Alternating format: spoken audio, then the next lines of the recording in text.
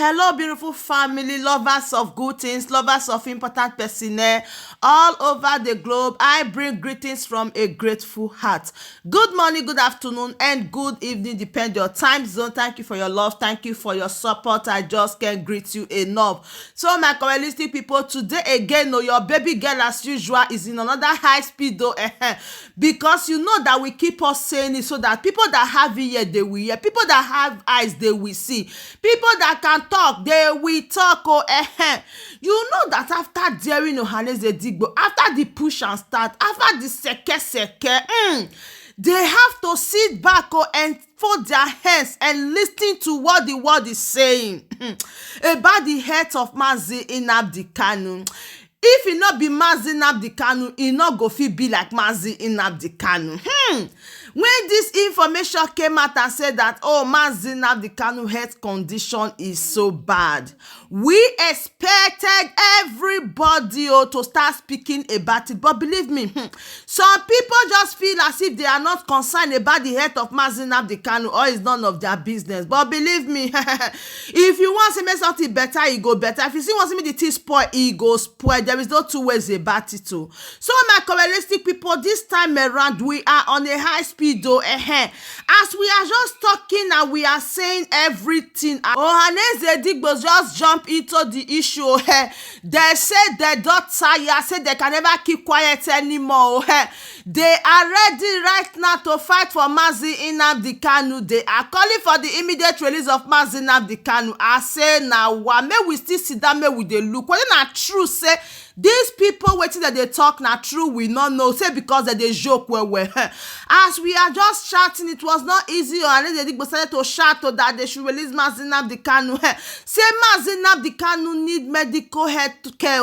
Say Mazi Nnamdi Kanu head dey in danger. Say Mazi Nnamdi Kanu need to be released. But my question be say, the fact say everybody they answer Mazi Nnamdi Kanu to be released, or Mazi Nnamdi Kanu's health condition, may we really touch the light one matter be say, if to say the very first time, say everybody could put their head together, all this Ohanaeze Digbo now where they shout now, everybody could put their heads together, say make they must release Mazi Nnamdi Kanu. Now don't forget the first time where be say FG talk and say they won't meet with the governors and the leaders of southeastern part of Nigeria before they go know whether they go release Mazi Nnamdi Kanu or not. Abi ona they forget that matter that year. Now waiting they talk be that to say they won't wait whether Mazi Nnamdi Kanu leaders or kinsmen or the governor go give the go ahead to release Mazi Nnamdi Kanu. But believe me, this is when everybody they run kitty, they run kata. If to say that first time say people can really stand say okay, wait till this our son, our brother, our Igwe for that matter gidigba. Wait till he really do when he make the tossing they don't go release. And I'm not to say by now this matter for Doc Claire. This matter would have belonged forgotten, my correlistic people, but because we don't hear in word, yes, so we don't hear in word. Now I make una see say this Mazi Nnamdi Kanu matter they draw up and down like nylon where be they throw away for inside fire where no green mates. If una remember with me, una go understand say during election also, now so some people they jump from one place to another, say that they go they visit Mazi Nnamdi Kanu for DSS for Abuja. We no know say na play the day, say they just they watch, they just they play. But after the election waiting happen, nobody step an inch. Nobody move from where he or she is located, though everybody just sit down for government house, so nobody they reason whether Mazi Nnamdi Kanu they eat or he they bath, nobody they talk. Even when they shout for the head of Mazi Nnamdi Kanu, all of them keep quiet like Sabisa Forest, say na silent now, they won't give. They just they look and say the life of Mazi Nnamdi Kanu na threat to majority of them. So that they fear say if they release Mazi Nnamdi Kanu, that opportunity where they get, they not go get them. And if they release Mazi Nnamdi Kanu, a lot of people will be say they don't lost before they go come back again, come meet their master. A lot of sheep will be say they don't walk astray by themselves. They go because they come back again say now here we for locate our roots. Say now I believe say my mama tell me say I be from Biafra and I go do well as a Biafran.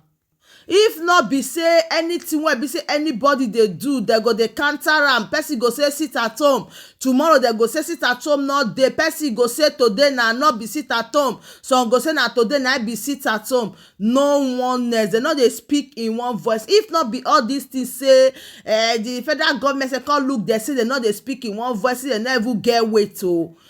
Therefore don release Mazi Nnamdi Kanu long term na because I know say when they start these shakers, e just be like the way prime minister take come as zoo. Everybody now come forget about Mazi Nnamdi Kanu. They say na here you for wan be Biafra prime minister, we no go grow, we no go grow. They forget Mazi Nnamdi Kanu dey fight Biafra prime minister. The time and the energy wey you dey waste dey fight Biafra prime minister, why you no use that energy take the answer of the release of Mazi Nnamdi Kanu? Make you use that energy take do better thing. I no know say the position of this prime minister really dey very important to some people. I wish they quick know, therefore quick declare this Biafra government in exile.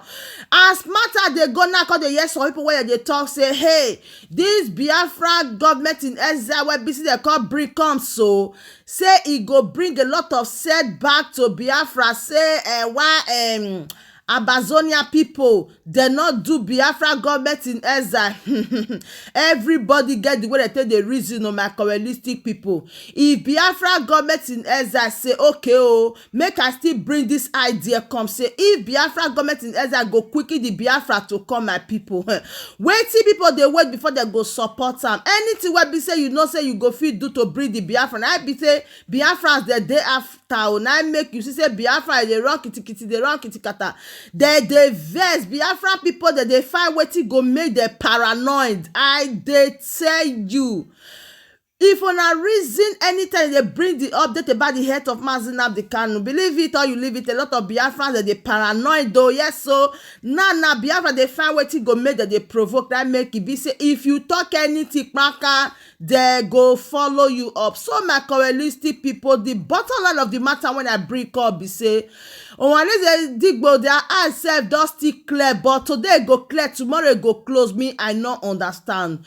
Wetin be the reason why be say everybody go fit still sit down, make dem speak in one voice, make dem see wetin go dey happen and where they do wrong. But no, now make you say we come dey see some kind children wey be say they don dey come out right and come dey pass message about Biafra. See, let me tell you something. Even the Bible talk and say if anybody not praise God, they say he go raise stone, stone go give am praise. You see say right now children now come dey talk about the freedom of Biafra. Now children now come dey pass the message. Wetin adults suppose do, they no dey do am. Children now I can't take over. If you never see them, I bet make you try, me you find them. Those children, they are doing exploit, and I don't know why. Be say if I want to try to upload any of their videos, I don't know why YT, I don't know what they happen, whether children know if they preach about liberation. I not just understand. If not, those children, they are doing a great job. You go fit still check them out for Black and French China. In fact, they do am and they pass out the message. So my correlistic people, the bottom line right now be say a lot of things they happen. People they ask right now for the release of Mazi Nnamdi Kanu. Before I go stop, according to the update today, they say Mazi Nnamdi Kanu see pass message come out today say may they inform all the Red Cross, all the cross, all the societies, may they tell them about the health condition or the health situation of a lot of people for DSS custody for Abuja. So my coalition people, let me leave you people with this present update as I will keep updating you any day, anytime. Just do me a favor and share this video to your friends and family. Share it to all the group and grouper that you are as I keep giving you all the latest update. Thank you so much. For me to you from here, I said bye.